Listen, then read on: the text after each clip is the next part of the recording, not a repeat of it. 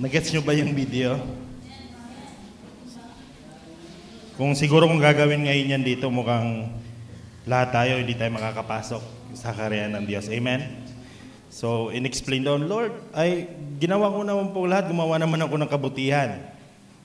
Hindi pa rin pala sapat. Ang dami na nilang tumutulong naman po ako. Anak po ako, nag-church po ako. Hindi pa rin pumasa. Isa lang ibig sabihin nun, hindi sapat ang ating mga mabubuting gawa. Take note, mabubuting gawa. Even though mabuti na yung ginawa natin, hindi pa rin siya sapat para sa kaharian ng Panginoon. Amen? In Romans chapter 3, open our Bible in Romans chapter 3. Basahin ko po sa Tagalog. Chapter 3, verse 21, sabi dito, ngayon nakita na natin kung paano ginawang matuwid ng Diyos ang tao. Wala itong kinalaman sa batas. Kahit na pinatunayan na ng law ni Moses at ng mga propeta, ginawang matuwid ng Diyos ang lahat dahil may faith sila kay Jesus Christ. Ginawa ito ng Diyos sa lahat ng naniniwala kay Christ. Kasi pare-pareho lang naman ang mga tao. Nagkasala ang lahat at walang nakakaabot sa kaluwalhatian ng Diyos. Pero dahil sa sobrang kabaitan ng Diyos, ginawa silang matuwid. Binigay ito sa kanila ng Diyos sa tulong ni Christ Jesus na nagpapalaya sa kanila. Pinadala siya ng Diyos para ipambayad ang dugo niya sa kasalanan ng mga tao. Mapapatawad lang sila pag naniwala sila sa Kanya. Ginawa ito para maipakita ang pagiging matuwid ng Diyos. Dati kasi, nagpapasensya ang Diyos at pinapalampas niya ang mga kasalanan ng mga tao. Pero pinatunayan niya ngayon na matuwid siya at itinuturing niyang matuwid ang mga nananalig kay Jesus. Ano ngayon ang may pagmamayabang natin? Wala. At bakit tayo magmayabang? Dahil ba sinunod natin ang law? Hindi. Pero dahil may faith tayo kay Jesus Christ. Masasabi natin ngayon na nagiging matuwid lang ang isang tao. Masasabi natin ngayon na nagiging matuwid lang ang isang tao sa Diyos dahil sa faith at hindi dahil sa pagsunod sa utos ng law. Verse 29, ang Diyos ba ay Diyos lang ng Jews?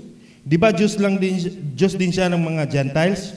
Siyempre naman, Diyos din siya ng mga Gentiles. Kasi iisa ang Diyos. Gagawin niyang matuwid ang mga Jews ayon sa faith nila. At gagawin din niyang matuwid ang mga Gentiles dahil din sa faith nila.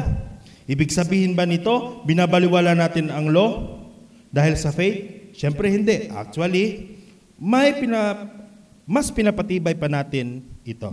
Purihin po ang salita ng Panginoon. Lord, maraming salamat po sa umagang ito. Papuri at pasasalamat po ay ibabalik sa inyo. Gabayin niyo po ang bawat isa sa amin. Buksan niyo po ang aming puso at isipan. Ikaw, Panginoon, ang siyang mararanasan ng bawat isa. At ang mensahe mo, Panginoon, ang siyang tutusok sa aming mga puso. At ang mensahe mo, Panginoon, na siyang babago sa aming mga buhay, sa aming mga pananaw. Lord, itago niyo po yung mga bang lingkod sa inyong likuran, ang kaluwalhatian mo at ang presensya mo. Banal na Espiritu, inanyayahan po namin kayo sa oras na ito na mangusap sa bawat nakakarinig at sa bawat atensyon na binibigay nila sa iyong salita. Maraming salamat po. Binabalik po namin sa iyo kataas-taasang papuri sa pangalan ni Jesus. Amen and amen. Marami sa atin na ang akala natin sa kaligtasan ay napagpagtrabahuan. Amen? At ang sabi ng Bible, wala ni isa sa ating mga ginawa na makakapasok sa kaharian ng Diyos. Sapagkat ang lahat daw ay nagkasala. At ang sino man ang nagkasala ay walang kakayanan para ipagpatuwid niya ang kanyang sarili. Amen? Wala tayong kakayanan para magpatawad, para makaabot tayo sa kaharian ng Diyos. Amen? Parang ganito lang yan. Hindi po pwede na ikaw may kasalanan ka dito sa kapitbahay mo, doon ka hihingi sa kabilang kapitbahay at makakapasok ka na sa bahay nila. Amen. Kung gusto mong makapasok sa kaharian ng Diyos, dapat mapapatawad ka sa may-ari ng kaharian ng Diyos. Hindi sa may-ari ng mundong ito. Sa madaling sabi, lahat ng ating ginagawa sa mundong ito ay walang kabuluhan para sa kaharian ng Diyos. Dahil lahat ng ating ginagawa dito ay basahan lang para sa Panginoon. So ibig ba sabihin, hindi na lang tayo gagawa ng kabutihan? Dahil hindi rin naman tayo mga naliligtas? Hindi. Kaligtasan natin ay nagbabase sa ating pananampalataya at hindi sa ating gawa. At ang gawa natin ay magre-replika lang dapat sa kung ano ang ating natanggap. Kung tayo ay walang sala na ng Diyos, ibig sabihin, ang makilos natin ay pinawalang sala. Amen?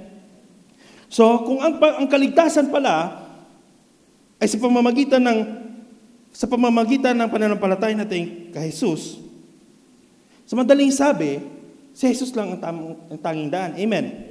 So, sa sinasabi ng passage na ito, dito kasi pinag-usapan na ang kaligtasan, ang pagmamatuwid ng Diyos, ay para lang ba sa mga Hudyo?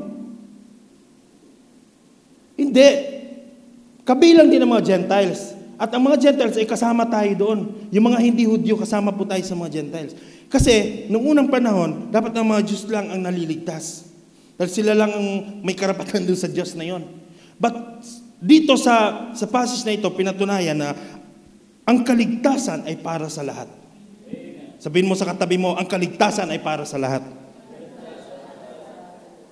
Sabihin mo sa katabi mo, ligtas ka na ba? Yan. So, hindi ibig sabihin na ang kaligtasan ay para lang sa mga nanampalataya. No. Ang kaligtasan ay para sa lahat. Pero hindi lahat nangaligtas.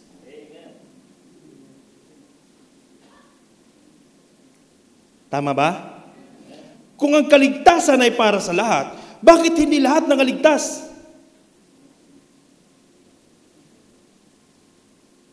Malaking tanong po yun.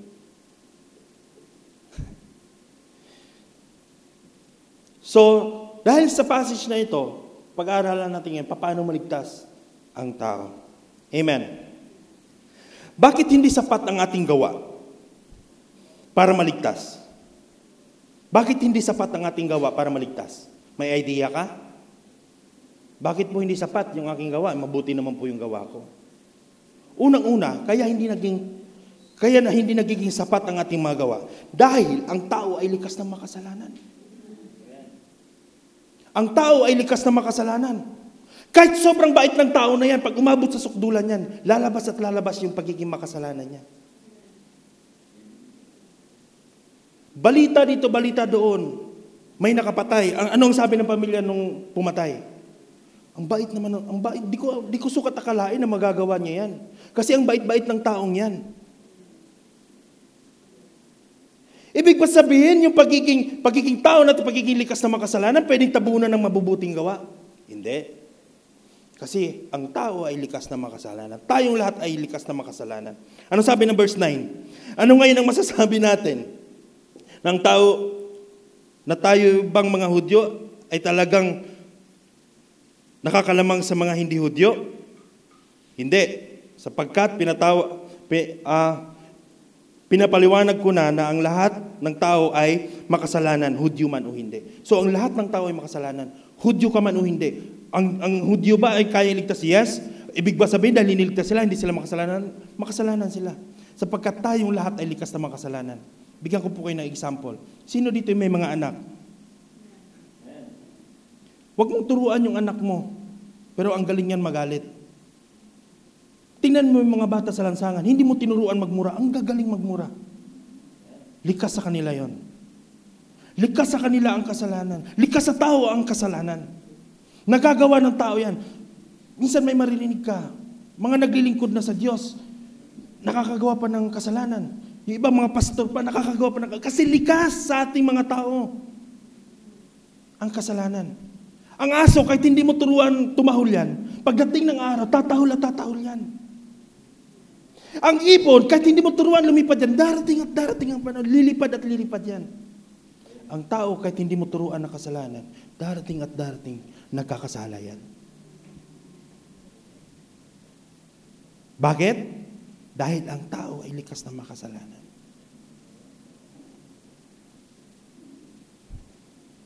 Amen? Bago pa nagkasala bago pa kinain ni Eva ang bayabas sa kapitbahay na sinungkit ko kanina. Bago pa kinain ng prutas, nagkasala na si Eva. Sumuway na kaagad siya eh. Bago pa niya kinain, sumuway na siya. Hindi ba likas na makasalanan ng tao? Hindi ba likas na suwail ang tao? Amen? Pangalawa, dahil likas na mayabang at mapagmataas ang tao. Bakit hindi sapat ang gawa ng tao? Kasi likas tayong mayabang.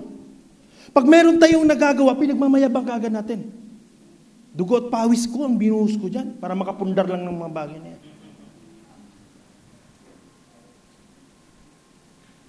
Lahat ng mga ginagawa natin, gusto natin ipagmayabang yun, ipagmataas natin yun. Likas sa atin yun.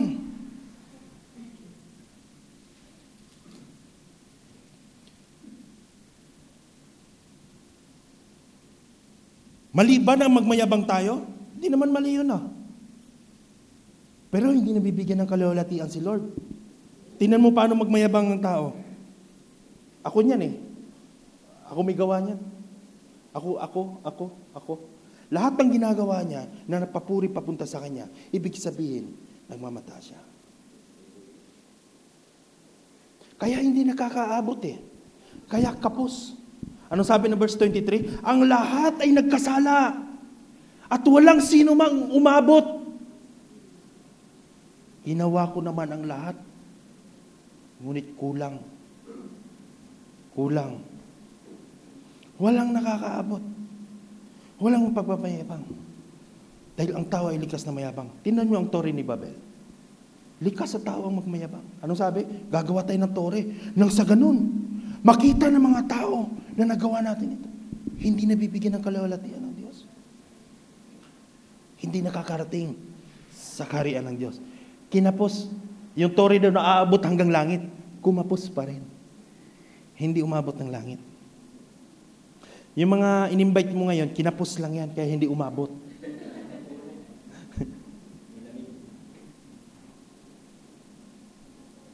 Ang likas sa atin mayabang pagdating ng araw na, sige, ako nang bahala dyan. Pagdating ng araw, kinapos ka. Sensya na, wala talaga Sometimes, yung pagiging mayabang natin, yun din yung nagtutulak sa atin para lumayo tayo sa Panginoon. Bakit? Hindi lahat ng pagmamataas natin ay kinalulugdan ng Panginoon. And the more na hindi kinalulugdan ng Panginoon, pag nag-fail ka dyan, magkakaroon ka ng guilt sa puso mo at lalayo ka na kay Lord. Pangatlo, dahil ang law ang magpapatunay na mas kailanganin natin ang Diyos. Bakit hindi nakapang-abot?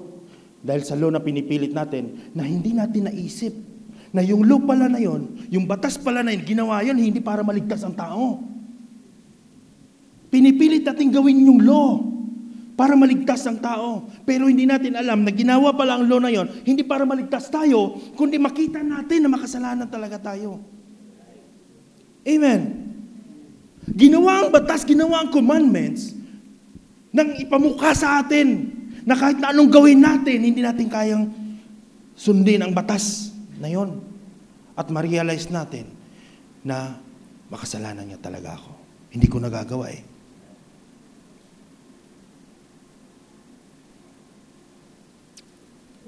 Anong sabi dito? Hindi nagiging matuwid sa harap ng Diyos ang kahit na sino dahil sa pagsunod ng law.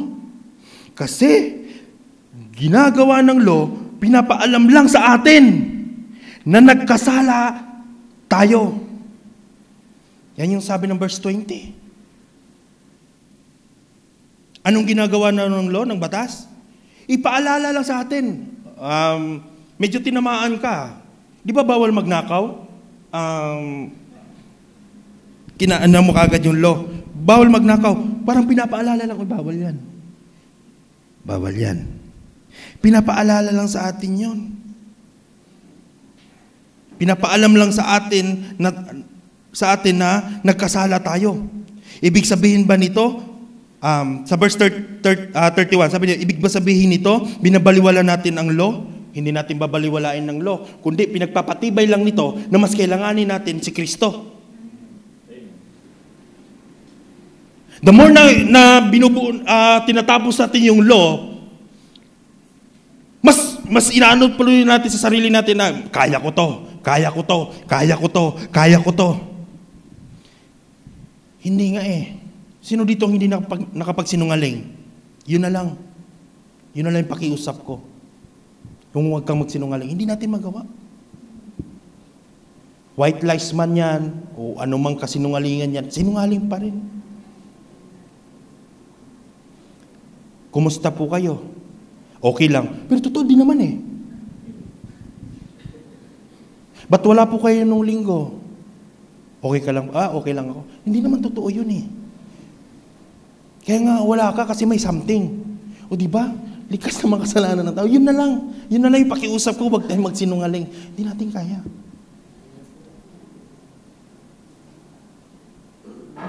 Mag-outing yung kaibigan dahil wala kang pera, anong sasabihin mo?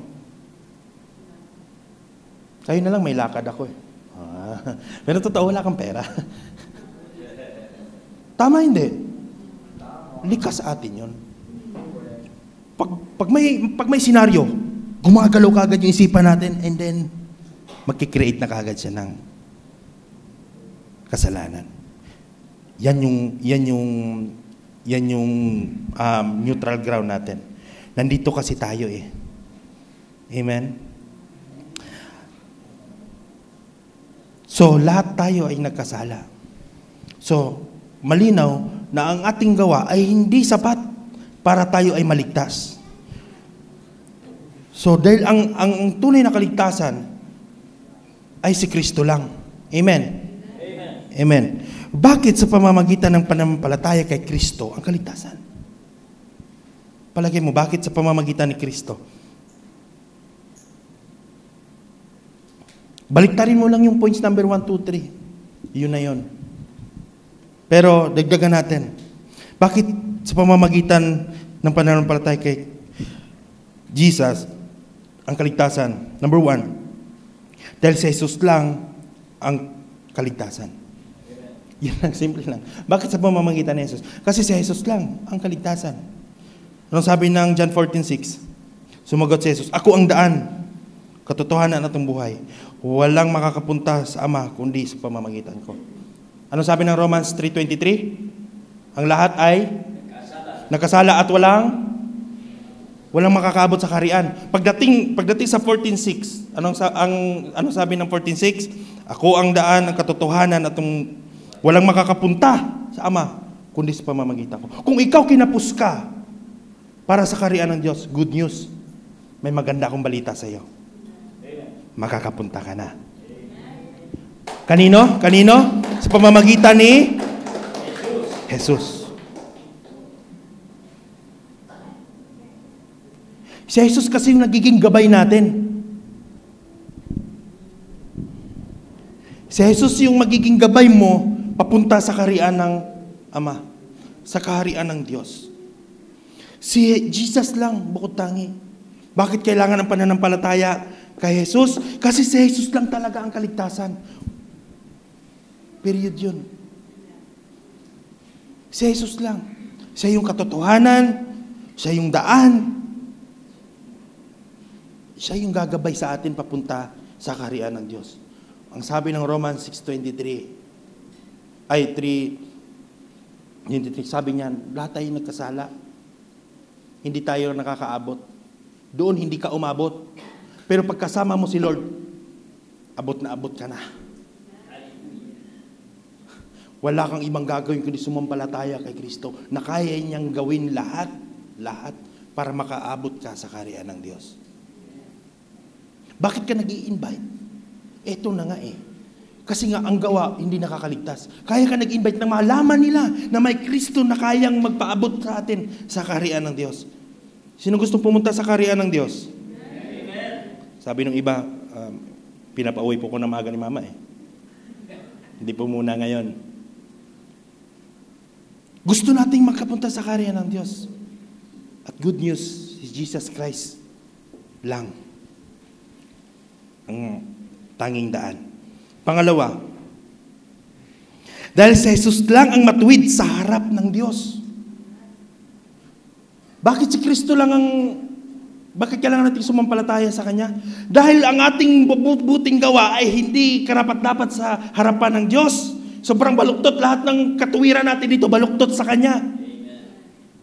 At bukod tangi lang si Kristo ang matuwid sa harapan ng Diyos. Amen? Gaya ng nasasabi sa kautusan ay kasulatan, walang matuwid sa paningin ng Diyos kahit ni isa. Walang matuwid sa atin kahit ni isa.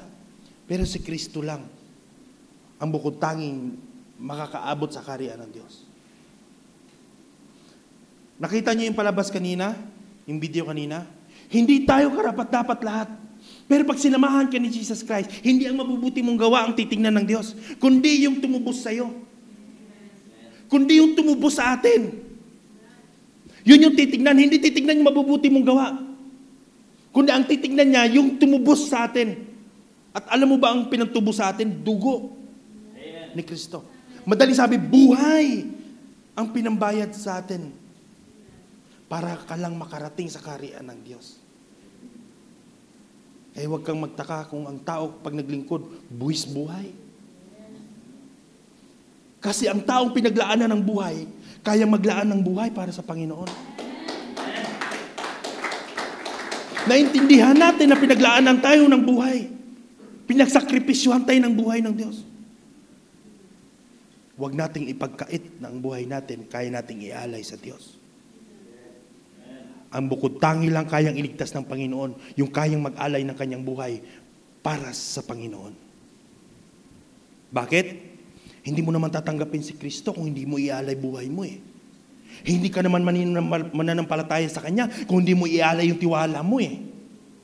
Hindi ka naman mananatiling naglilingkod sa Panginoon kung hindi mo inalay kinabukasan mo eh.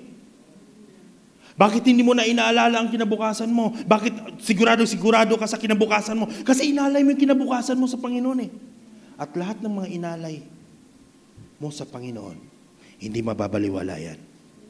Dahil sa cross pa lang ng Kalbaryo, yung inalay para dyan sa buhay mo ay buhay. Precious blood. Dumanak. Amen? Pangatlo, last. Dahil si Jesus ang kaloob ng Diyos Ama.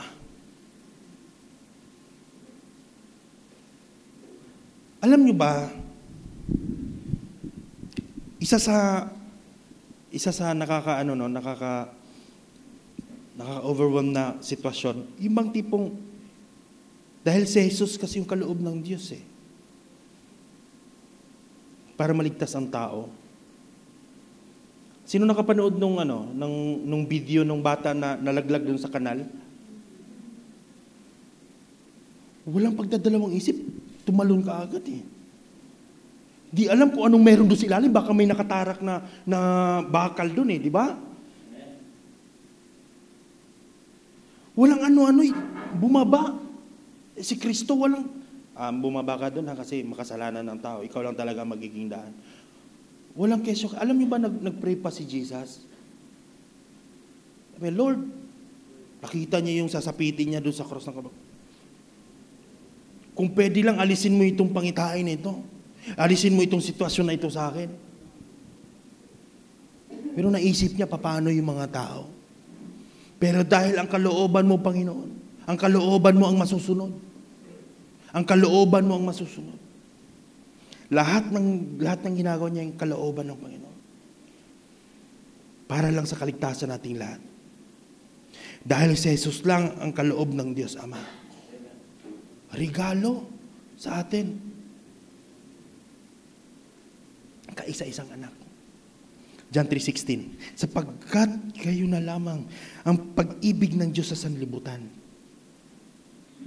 Kaya't kaya niyang ibigay ang kanyang kaisa-isang anak upang ang sinumang sumampalataya ay hindi mapahamak, kundi magkaroon ng buhay na walang hanggan. Buhay na walang hanggan.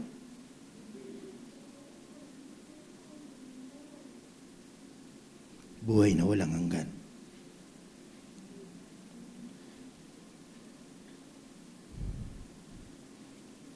May mga bago tayo dito ngayon. Gusto kong sabihin sa iyo, iniibig ka ng Panginoon. Iniibig ka ni Lord. Alam mo kung bakit pinadala dito si Jesus Christ? Para sa iyo, para sa Kanya, para dyan sa katabi mo, para sa akin, para sa ating lahat. At ang bukod tangi na lamang na dapat nating gawin ay sumampalataya sa Kanya.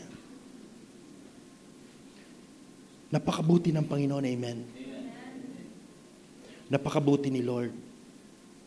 Alam nyo, sa tagal ko naging Kristiyano, hindi ko pa rin lubos maisip na sa likod ng aking makasalanang gawi, nandun pa rin, niyayakap pa rin tayo ng Lord, niyayakap pa rin ako ng Panginoon.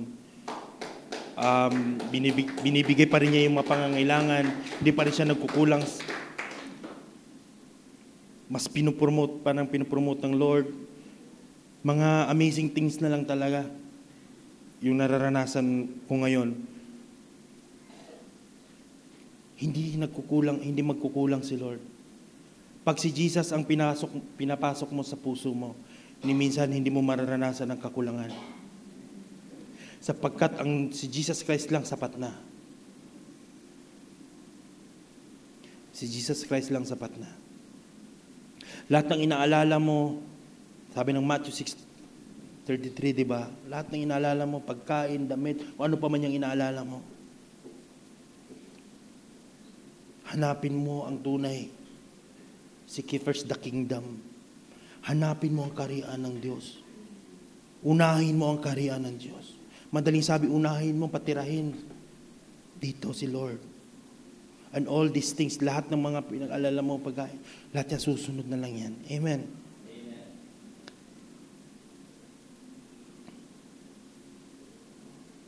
So anong nangyayari? Anong mangyayari sa atin pag hindi natin tinanggap si Jesus Christ?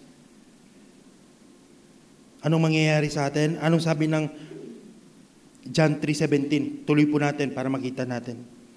Sinugo ng Diyos ang kanyang anak, hindi upang hatulan ng parusa ang sanlibutan, kundi upang iligtas ito sa pamamagitan niya. 18. Makinig kayo mabuti. Makinig kayo mabuti. Hindi hinahatulan ng parusa ang sumasampalataya sa anak. Ngunit,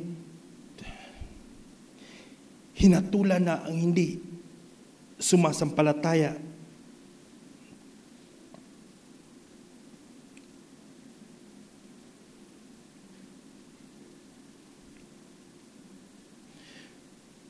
Sapagkat hindi siya sumasampalataya sa kaisa-isang Diyos.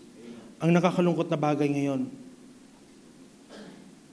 lahat ng mga tao na nararanasan nila ang hirap, naintindihan ko na. Ano ba namang buhay to? Grabe namang parusa to. Ano ba namang pamumuhay ito? Bakit parang parusa naman ito? Sapagkat ang sino mang sumampalataya sa Panginoon, hindi na mapaparusahan. Hindi lang po ito dito. Once na tinanggap natin si Jesus Christ, automatic hindi ka na dadaan sa paghuhukom. Sapagkat ikaw ay pinawalang sala na. Bakit ka pa huhukumin kung wala ka namang kasalanan? Sa mata ng Diyos. Ang sino lang hukuman ay yung hindi sumasampalataya sa Panginoon. Napakabuti ng Panginoon. Amen? Amen. Dito po ako magtatapos. sa buhay natin.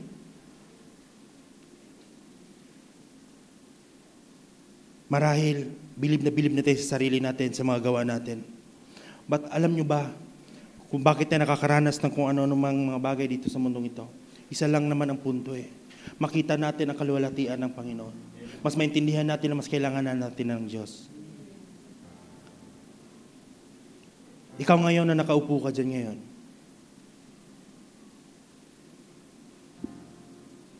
alam ko tinanggap mo na si Jesus Christ. At sa mga hindi pa po tinanggap si Jesus Christ as Lord and Savior, mayroon po tayong chance ngayon na tanggapin siya. Gusto kong sabihin sa inyo na lahat ng pinag-uusapan natin ngayon, libreng kaloob ng Diyos, pag-ibig, kabutihan ng Panginoon na may experience mo ngayon. Hindi ka man naging karapat-dapat sa paningin ng tao. Makasalanan ka. Receive Jesus. And you will be saved. Hindi ka man tatanggapin ng mundong ito, pero tatanggapin ka ni Kristo.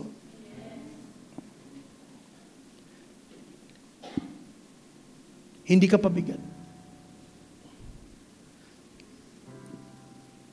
Ang tingin sa'yo ng mundo, pabigat ka. Hindi ka pabigat. Mahal ka ng Diyos. Nung nakita yung bata dun sa creek, lumubog.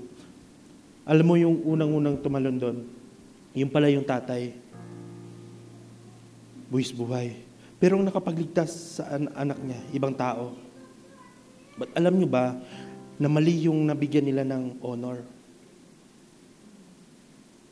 Hindi yung nakapagligtas ang nabigyan ng honor. Kung sino yung tunay na nagligtas, hindi nabigyan ng pansin. Pero ni minsan, hindi siya nagreklamo na ako pong nagligtas. May mga tao lang na nakapansin, hindi po siya nakapagligtas. Ito po ang nakapagligtas. Nakita ko lang kung paano natin hindi na-appreciate yung ginawa ni Jesus. But ni minsan, hindi tayo sinumbatan ni Jesus. Ni minsan, hindi niya tayo sinumbatan.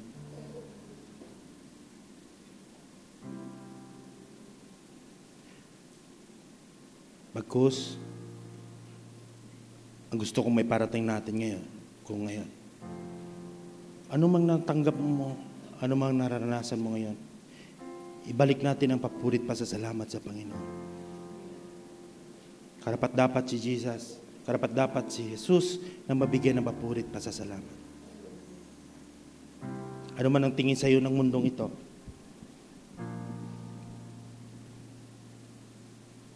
hindi na mahalaga yan. Ang mahalaga, tinanggap mo si Kristo. Pwede ka bang yumuko ngayon at tanggapin natin si Jesus Christ?